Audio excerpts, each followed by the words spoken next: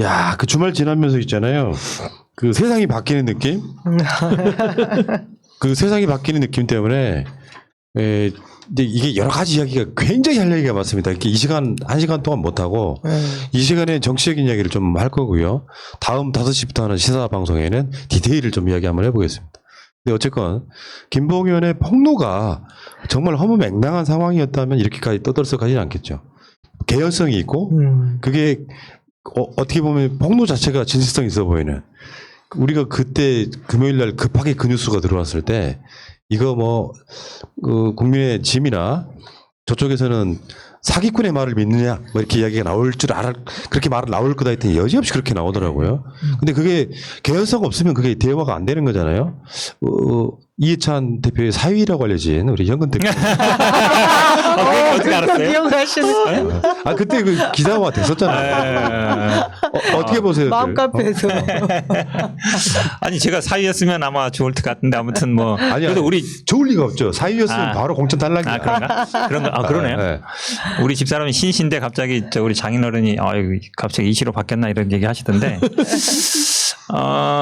사실은 그 말씀처럼 이게 저는 사실은 어쨌든 현병장 일을 하다 보니까 추미애 장관 현병장 얘기는 굉장히 애매했잖아요. 그때 뭐 모르는 데가 와가지고 그냥 뭐 선임병장 회사 안 된다는 걸 깔아뭉갰다. 그거 하나로 시작했는데 지금 그 김봉현 요거죠. 사건 개요 정리한 거 보면 굉장히 구체적이죠. 그 장소도나 구체적이라 그러면 우리가 시간, 장소, 그 다음에 사람. 근데 가장 중요한 게 돈, 액수. 액수라는 게 왜냐면 이 사업하시는 분들은 본인이 돈을 어디서 얼마 쓰는지 굉장히 잘 알아요. 요걸 쓸 정도면은 어디에 아마 장부가 있을 거예요. 이날 내가 어디서 얼마를 썼다라는 거. 보통 우리 비밀장부. 비밀장부. 그렇죠. 그러니까 시간, 장소, 그다음에 사람, 액수 이게 나오잖아요. 그게 제일 중요한 거거든요. 장부에서도 누구한테 얼마 줬는지 언제 어디서 어떻게 했는지. 근데 내용을 보면 굉장히 구체적이에요. 물론 뭐 수억 원 이렇게 표현한 것도 있지만 1,000만 원, 뭐 5천만 원, 뭐 이렇게 구체적으로 나오잖아요, 금액이. 그러니까 그런 걸 보면은 어느 정도 이제 신빙성이 있는 거죠. 그 다음에 보통 우리가 지난번에 뭐 채널 A 사건이나 그 전에 이렇게 보면 보통 이제 정관 변호사들이 그런 걸 많이 해요. 왜냐면 이게 수임하고 연결되거든요. 내가 현재 수사 중인 사람하고 가깝다는 게 그 수사 받는 사람 입장에서는 굉장히 중요한 거예요. 만약에 예를 들어서 그 자리에서 바로 전화를 때려서 받는다. 그러면 거의 동그라미 하나 더 들어가는 시기예요. 왜 그러냐면 그만큼 가까운 거니까. 근데 개인적으로 만나서 뭐 수사 내용까지 정리한다. 그다음에 수사 내용까지 미리 얘기는 할 수 있다. 그러면 한 2개 정도 더 붙는다고 보면 돼요. 왜냐면 결국은 이 수사 받는 사람 입장에서는 그 수사하는 사람을 직접 만날 수는 없고 그럼 그 사람하고 가까운 사람을 찾게 되잖아요. 그러면 우리가 보통 아는 게 뭐 고등학교 동창, 대학교 예전에는 어떤 프로그램도 있었냐면 그걸 점수화시킨 프로그램도 있었어요.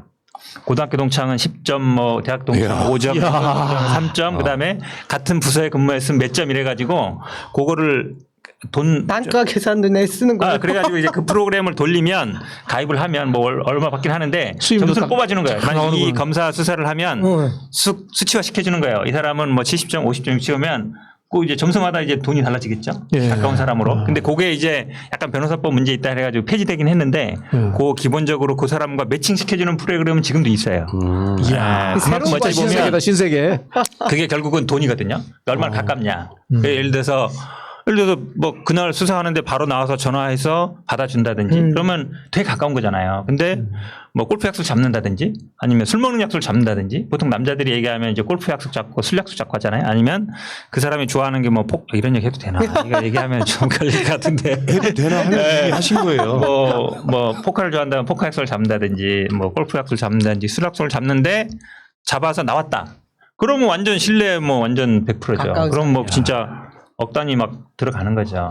그렇지 않겠습니까? 그만큼 왜냐하면 내가 필요한 거를 저 사람이 결정을 하는데 그 사람 가깝다 그러면 그러니까 어찌 보면 이게 정관이라든지 이런 거 그렇죠. 그 얘기인데 제가 이 얘기 봤을 때는 충분히 가능성이 있는 얘기다. 왜냐하면 이게 결국은 그 특수부라든지 아니면 그 지금 알려지다시피 남부지검에 이제 윤석열 라인 특수부 라인들이 있으면 그 사람하고 가까운 사람 찾게 돼 있어요, 무조건. 하는 대로. 왜냐면 사실은 뭐 장관이나 뭐 이런 게 아니라 그 수사를 우리가 아시겠지만 수사 담당 주인 검사, 그 다음에 부장 검사, 차장, 고조선까지거든요. 지검장이나 이 정도까지가 중요하지.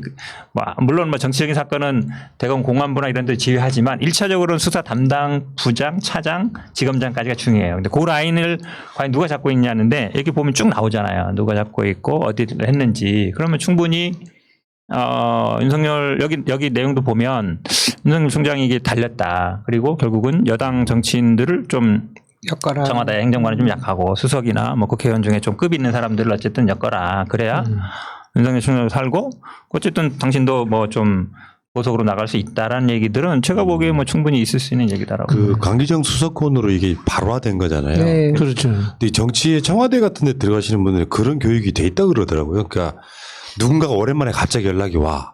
그러면 단순하게 이렇게 안부 전화 묻기로 온다고 생각하면 안 되고 일단 뭔가 뭐랄까 이렇게 청탁이라도 하려고 오는 경우면 굉장히 투명하게 그런 교육이 기본적으로 돼 있다 그러더라고요. 아우 그저 말할 필요. 제 친구 중에 예전에 노무현 정부 때 이제 근무한 친구가 있는데 전화 받는다. 예, 청탁받지 않는 누구입니다. 이렇게 아니, 그런 친구가 있었어요. 그 입사와 동시에 저희 그 전화기에는 보안 방어벽이 다 깔리거든요. 아 청와대 근무하셨어요? 예, 그러니까 그러니까 계시네. 예, 어떠냐면 들어가서 제 모든 일거수 일투족이 이 폰과 행동이 다 투명하게 노출된다라고 인식하고 살아요. 진짜. 그렇기 때문에 그 강기정 수석님의 그 5천만 원과 그 뭐 면담을 했던 장소 뭐 이런 걸 얘기 들었을 때 아이 정말 소설이다. 그리고 즉각적으로 반응을 하시고 대응을 하셨잖아요. 그걸 볼 때 이건 뭐 완전 팩트다 했는데 예, 이런 지금 얘기들이 나오는 걸 보면서 대검에서 또 중상모략까지 반응할 때 아. 자, 그러니까 이게 이제 그 사건이 터지고 그러자마자 김봉현 씨의 폭로가 이어지자 법무부와 검찰이 동시에 움직입니다. 그러니까. 그래서 법무부가 김봉현 씨를 3일 조사했다고 하죠. 네. 근데 어제 같은 경우는 검찰도 법무부 하는 시간에 같이 잡았대요. 근데 거기서 김봉현 씨가 법무부 쪽의 조사를 택했다. 그래서 지금 다시 김봉현을 검찰이 그러니까 조사하겠다 네. 이렇게 나오는 건데 이 김봉현 씨의 말이 전혀 허무맹랑하면 이거 서로가 움직이지도 않겠죠. 그렇죠. 그러니까 그렇겠죠. 뭔가 처음부터까지 기승전결이 맞기 때문에 지금 움직이고 있는 상황이다 이렇게 보시면 될 것 같은데 어쨌든 간에 여기 보면은 법무부의 입장하고 검찰의 입장이 거의 동시에 나왔거든요. 그러니까 지금 사실 보고를 받고도 윤석열 검찰총장이 어떤 조치를 하지 않았다는 발표에 대해서 검찰 쪽에서 발끈해. 검찰총장에 대한 중상모략이다 이렇게 그러니까. 나오고 있는 상황이에요. 이것도 이례적인 거 아닙니까? 그러니까 그것도 준비하고 있었던 것 같아요. 오늘 저기 오전에 국감을 보면은 전 남부지검장이 8월 달에 이미 그 윤 총장한테 보고를 했다라고 이렇게 이야기를 했지 않습니까? 그럼 인지되고 있었다는 이야기잖아요, 충분히. 그리고 이게 작년부터 이 대형 사건이라고 해가지고 다 이제 검찰총장이 몰랐다면서 그 몰랐다는 것 자체도 직무유기죠, 사실은. 제가 보기에는 이제 두 개인데요. 이게 어차피 그 폭로한 게 두 개인데 하나는 이제 야당 정치인에 대해서도 뭐 로비를 했다는 것이고 돈을 주고 두 번째는 이제 검사들한테 검사들한테 이제 뭐 술접대를 했다는 얘기인데, 그러니까 지금 말씀하신 것처럼 남부지검장이 보고했다는 게 그 전에 여당 정치인들에 대한 것들은 오히려 보고 라인을 통해서, 그러니까 대검의 이제 반부패부 심재철 부장이었죠 그때. 보고하고 그 다음에 이제 검찰총장한테 보고했다는 건데 이 야당 의원 관련된 거는 그 심재철 부장 거치지 않고 직보를 했다는 거예요. 차이를 둘 이유가 없잖아요. 예를 들어서 똑같이 한다 그러면 당연히 보고 라인은 직보가 아니고 원래 대검 반부패부장 거쳐서 그 다음에 반부패부 부장이 이제 공청총장한테 보고해야 되는데 여당 의원은 이렇게 가고 야당 의원은 직보했다는 얘기, 건너뛰었다는 얘기죠. 그럴 만한 이유가 없잖아요. 오늘 JTBC가 그 보도를 했습니다. 네. 직보했다. 그게 확인됐다고. 그리고 그 당시 남부지검장이 송사면이죠. 예, 예. 윤석열 라인이에요. 그렇죠. 그럼 우리가 봐도 이게 소위 속칭 왁구가 맞춰지잖아요, 지금. 그렇죠. 직보했다는 얘기는 왜냐면 사실은 보고해서 수사를 했냐 안 했냐보다 이게 언론 플레이, 그러니까 언론에 얼만큼 나왔냐가 중요하잖아요. 근데 여당 의원 관련된 건 계속 나왔어요. 익명으로 나왔는데 기자들은 다 알고 이미 뭐 SNS상에 다 돈 누군지 다 아는 상황으로 계속 몇 달 전부터 나왔는데 야당 의원 관련된 건 솔직히 뭐 보고를 했는지 어떻게 모르겠지만 언론에 나온 적이 없잖아요. 우리가 그렇죠. 의문을 가진 적도 없고. 근데 이미 지금 말로는 뭐 보고도 했고 수사 지시했다는데 그럼 뭐해요? 언론에 나오지도 않았는데. 아까 현병 장건 관련해 가지고 추미애 장관 관련해서 동부지검에서 2달 전에 이미 무혐의를 갖고 있었는데 그거를 기다려 한 게 윤석열이라는 네. 거잖아요. 그러면 우리가 의심할 수밖에 없지 않습니까?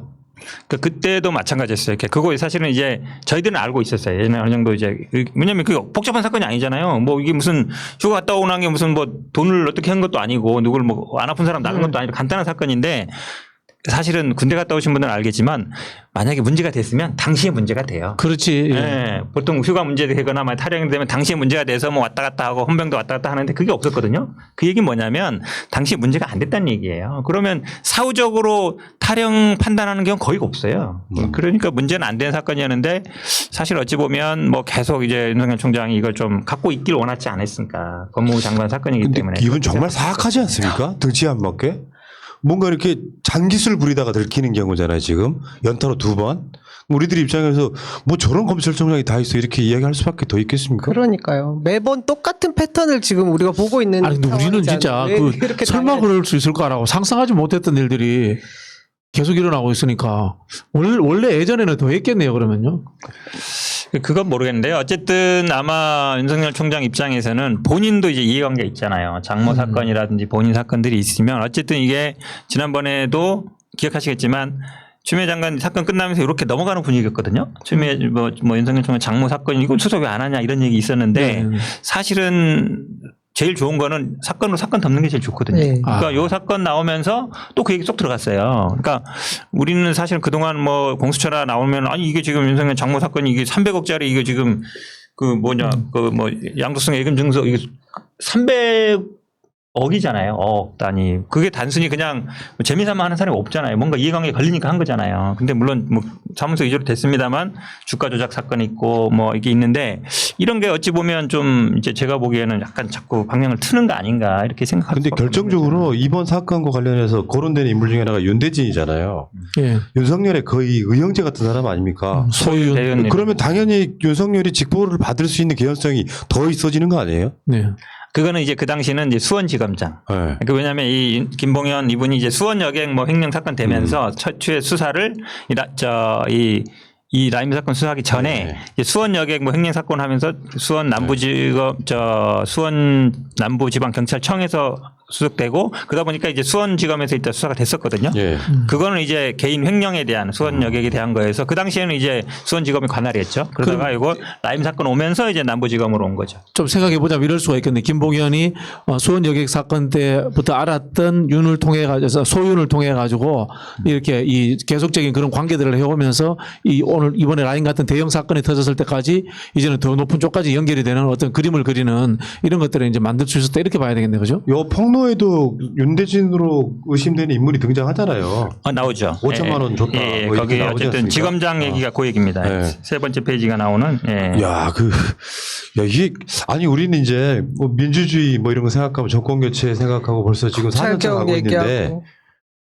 달라진 게 없는 것 같은 느낌. 그 진실로 이따가 다시 따로 이야기를 하겠습니다만 공수처 없이는 안 되겠구나 이런 생각이 드는. 그러니까 지금 법무부에서는 이제 여기 막 감찰하고 뭐 그런 얘기가 나오지 않습니까? 결국에는 윤석열까지도 감찰할 수 있다.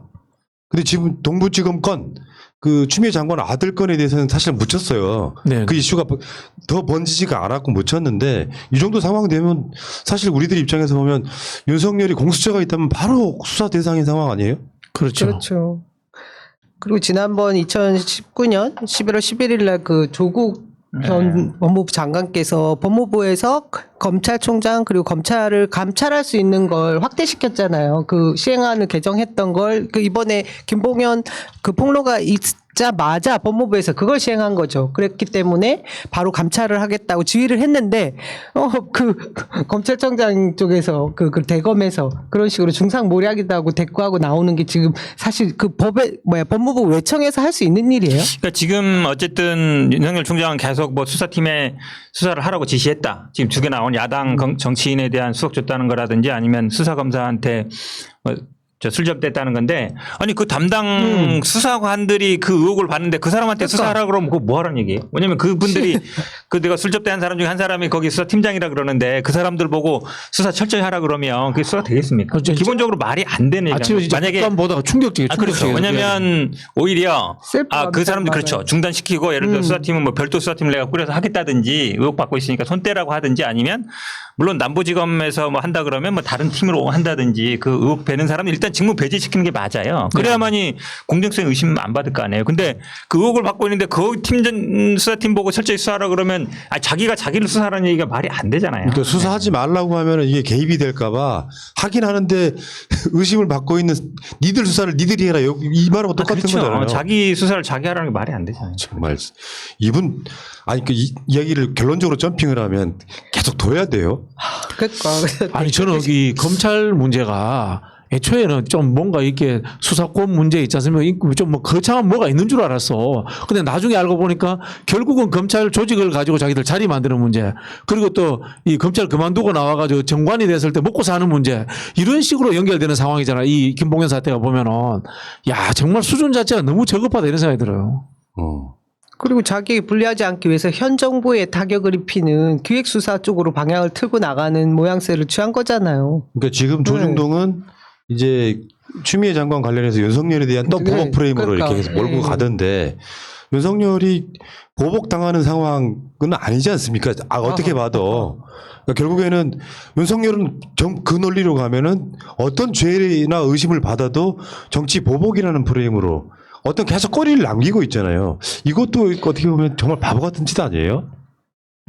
제가 보기에는요, 이 사건은 어쨌든 뭐 지금 형태 어떨지 모르지만 현재 수사팀이 수사하는 건 안 맞고요. 그다음에 윤석열 총장이 관여하는 것도 안 돼요. 기본적으로 왜냐하면 그런 의심을 받고 있기 이 때문에. 특임 검사 가야 되는 상황인 거예요? 특임이 됐든 어떤 됐지 모르겠는데 저희 당에서는 어쨌든 공수처 얘기를 안 할 수가 없는데 검사와 관련된 거니까. 그건 다 뭐한 훗날 이야기라서. 그렇죠. 근데 어쨌든 1차적으로는 수사팀 제가 보기에 교체가 가장 현재 현실적인 수사팀이 방법이에요. 수사해서는 안 되는 거예요. 예. 기본적으로. 그래야만이 이 신뢰성을 갖지 현재 수사팀한테 그냥 계속 수사 잘해라 그러면 이거 하지 말라는 거랑 마찬가지니까. 근데 제가 보기엔 이제 말이 안 되는 주말 지나면서 언론들이 쓰는 표현 중에 하나가 대반전 이렇게 표현하고 있거든요. 대반전이죠. 강기정 공수 수석으로 전환. 이렇게 더 이슈화 되기 시작해서 이게 뭐지 분명히 아닌 건 확실한데 이거 저 왜 저렇게 하고 있지 했는데 갑자기 김봉현 씨가 딱 폭로하면서 방송하고 싶어 미치겠더라고요. 토요일 일요일 날 이야기를 하고 싶은데 이 상황 따라가는데 어쨌든 지금 입장이 완전히 바뀐 건 사실인 거죠.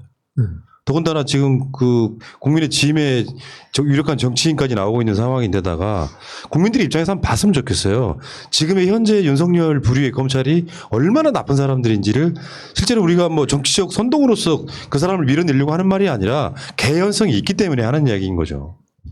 참 특수한 참 분들이에요. 특수부 출신들이라서 그런지 참 제가 대단하다. 보기엔 아마 계속적으로 더 나올 것 같아요. 왜냐하면 지금 얘기들이 구체적으로 좀 나오고 있잖아요. 그러면 이 수사했을 때 어떤 얘기를 했는지 본인이 알 거란 말이죠. 예를 들어 수사 과정 중에 계속 본인 얘기했는데 선택이 가능한 거죠. 이거는 빼고 이건 넣고 조사 과정 중에 똑같은 얘기를 했는데 어느 건 넣고 어느 건 빼고 결국은 선택한다는 얘기인데 그 얘기도 보면 계속 위에랑 계속 연결을 했다는 거예요. 조서를 보여주고 이렇게 답변했는데 오케이 하면은 쓰고 아니면 말고 그거는 수사 대상을 이미 정해놓고 선택한다는 얘기잖아요. 그게 그러니까 야당 얘기하는 거는 기재 안 하고. 그럼 물론 나중에 뭐 기재 안 했냐 얘기 뭐 당신이 쓰면 되지 않지만 이미 방향을 정해놓고 딱 정해놓고 요거에 대한 얘기만 해라. 나머지는 빼겠다라는 건 제가 보기에 조서를 쓰는 수사관이 항상 위에랑 얘기했으면 최소한 책임자급이랑 한다는 얘기거든요. 그 카톡이 아니죠. 저 검찰이 쓰는 메시지 통해 가지고 그러니까 방향을 정해놓고 수사했다라는 거를 어쨌든 조사받은 사람이 인정하고 있기 때문에 이거에 대해서 제가 보기에 뭐 수사관이 아니다 기다라고 얘기하기는 쉽지 않은 상황인 것 같아요. CCTV 뭐 이런 게 있고 그다음에 인터넷에서 다 남기고 이런 게 아닌 모양이죠. 그렇진 않아요. 그러니까 보통은 진술 녹화를 동의해야 되는데 보통은 뭐 조사받는 사람도 녹화하기를 별로 원하지 않고 수사관도 뭐 녹화 안 해도 되죠. 뭐 이렇게 하면은 이제 안 하는 걸로 넘어가는 거죠. 근데 이제 다 정리된 다음에 마지막 한 20, 30번 부른 다음에 다 끝나서 이제 다 방향 정하고 할 때는 녹화하겠습니다. 네, 하십시오. 그럼 이제 그때는 정해진 답만 딱 하면 그런 건 딱 녹화해서 법원이 편의주의죠. 이런 식으로 가면은 결국은 나중에 가서는 뭐 이 초동 수사부터 다 녹화되는 이런 식으로 바뀔 수도 있겠습니다, 그죠?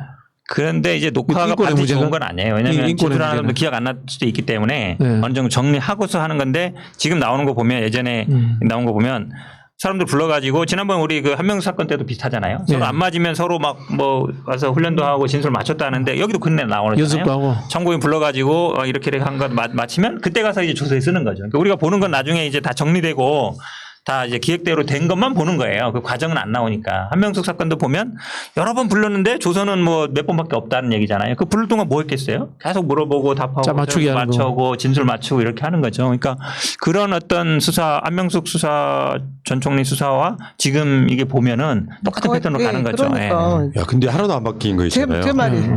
그 실제로 만약에 강기정 수석이 김봉현을 아니 이제 이강세죠. 이강세를 외부에서 만났다든가 이런 상황이 있으면 그냥 여지없이 잡히는 상황 아니에요? 그럼요.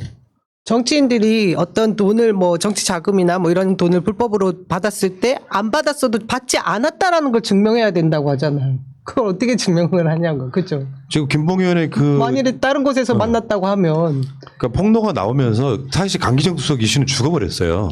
이거 아무것도 아닌 문제네 지금 이런 식으로 가고 있다. 그러니까 검찰이 사건을 조작하려고 하고 그것이 조작이라는 표현보다는 뭐랄까 어느 거 키우고 기획적 그렇죠. 어느 네, 죽이는 방식으로 선택적으로. 해가지고 실제로 정치적으로 써먹는 게 가장 큰 문제였고 그것이 공수처가 생겨야 되는 대표적인 이유 중에 하나인데 잠시 후에 다시 할게요.